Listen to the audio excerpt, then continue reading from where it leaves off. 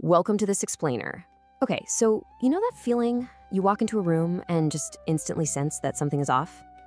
Nobody's yelling, there's no obvious drama happening, but your brain, it's already finished scanning the whole scene. You catch that one avoided glance, a slightly forced smile, or a sentence that sounds totally normal to everyone else but feels just loaded with fake energy to you, right? Well, today, we're gonna unpack the exhausting reality of people who instantly read the hidden energy in literally every room they enter. So let's dive right into this paradox. A lot of people out there view this kind of sharp observation as a superpower, like this amazing social gift. But we're gonna explore whether your inability to just turn off that mental radar is truly a gift, or if it's actually more of a biological trap. Because here's the thing. For over-aware individuals, the brain simply doesn't have an off switch. You can't just enjoy the moment. Instead, you take it home, you pick it apart, and you just replay it in your head over and over again. This quote brilliantly hits the nail on the head. Being overly aware isn't just about being smart or observant. Not at all. It means constantly seeing these hidden layers of meaning that most people just walk right past. Turning a tiny split second of silence or a simple forced smile into an entire universe of overthinking, that is physically and emotionally draining. It really is a cruel burden that quietly saps your emotional reserves, day in and day out. In this explainer, we're breaking this whole thing down into 4 parts. 1, the origins of overawareness. 2, the 5 signs. 3, the illusion of control. And 4, setting boundaries. Let's start right off with part 1, the origins of overawareness, and figure out exactly where this invisible burden comes from. To drop any shame or self-blame right now, it's absolutely crucial to understand how your brain is actually wired. What's super interesting is how psychology separates this into 2 totally distinct origins. On one hand, we've got inborn sensitivity. Science calls these folks highly sensitive persons, or HSPs. Basically, from birth, their nervous system is like this ultra-fine filter absorbing everything in high def. But on the other hand, we have survival inheritance, hypervigilance. This usually stems from an unpredictable childhood environment. A child basically had to become a human radar station, right? Literally listening to car tires on the driveway or cabinet doors closing just to predict an adult's mood. Their amygdala, the brain's danger alarm, learned early on that the environment wasn't safe, so it built this massive neural network to predict emotional disasters way before they even happen. Moving on to part 2, the 5 signs. Let's look at how this massive, heavy awareness actually shows up in everyday adult life. Okay, so for sign number 1, living in constant analysis mode, we've got to talk about the default mode network. Now, in most people, this brain system fires up when they're just daydreaming.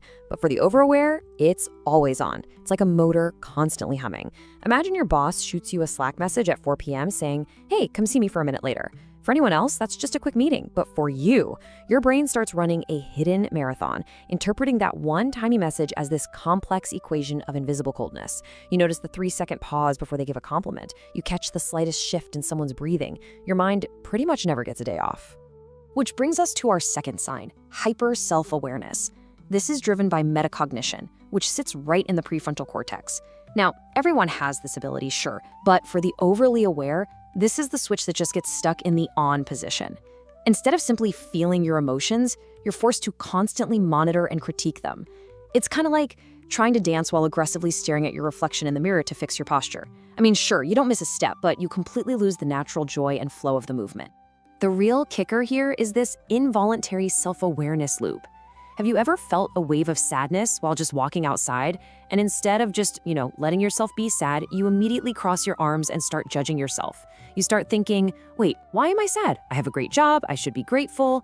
If so, you know exactly how this loop totally destroys your natural presence. Even joy gets put under the microscope. You'll be laughing at a dinner party, and a split second later, it's like a part of your mind floats up to the ceiling just to evaluate if you laughed a little too loudly. Sign number 3 is losing innocence in relationships. Because you have this highly developed theory of mind, your brain instantly scans even a simple compliment for hidden motives. Like if a coworker brings you a coffee and praises your recent project, your brain immediately goes, okay, what favor do they want? It makes affection feel like a calculated transaction. It's honestly a quiet loss of relational innocence. A promise sounds fragile to you, and an apology, it never really feels complete, because deep down, you suspect they just want to calm the situation down rather than truly accepting fault. And that quiet loss of innocence ties directly right into sign 4, empathy that is always switched on. This whole thing is driven by your mirror neurons. For you, empathy isn't a choice you make, it's just your constant default state of being. You can walk into a totally silent meeting room and literally feel the heavy irritation hanging between two coworkers. Or maybe you absorb a friend's pain about their divorce so deeply that it literally sits heavy in your own chest for days. You naturally become the emotional regulator for everyone around you, but the exhausting price you pay is that you turn into a sort of container for other people's emotional waste. Finally, we hit sign 5, which anchors all of this awareness physically right inside your body. This is known as interoception, and it's processed by your insular cortex. Overaware people have wildly sensitive interoception. Think about something totally normal, like drinking a shot of espresso. It makes your heart beat a little faster because of the caffeine, right? Normal. But instead of just feeling a bit more alert, your nervous system aggressively flips through its threat records, spots the fast heartbeat, and immediately predicts an incoming panic attack. Seriously, have you ever felt this brutal anxiety loop? It goes like this. A completely normal physical sensation happens, your brain immediately misinterprets it as a red alert danger, your body floods with cortisol, and then boom, that leads to an even stronger physical sensation. It's just a constant, relentless stream of emergency data that leaves you restless and on edge all the time, even when you're perfectly safe and absolutely nothing bad is happening. So, what happens when all of this emotional and physical overwhelm just gets to be too much?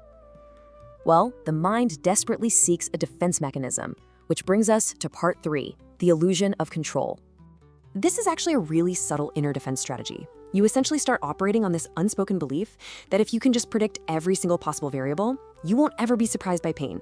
So you run these endless what-if simulations in the background. What if this person pulls away? What if I lose everything I've built? But here's the reality check. Managing your life like it's some high-risk corporate project, instead of actually participating in its beautiful uncertainty. That traps you in massive analysis paralysis. It completely robs you of the present moment, leaving you totally exhausted from guarding against ghosts of the future that aren't even there.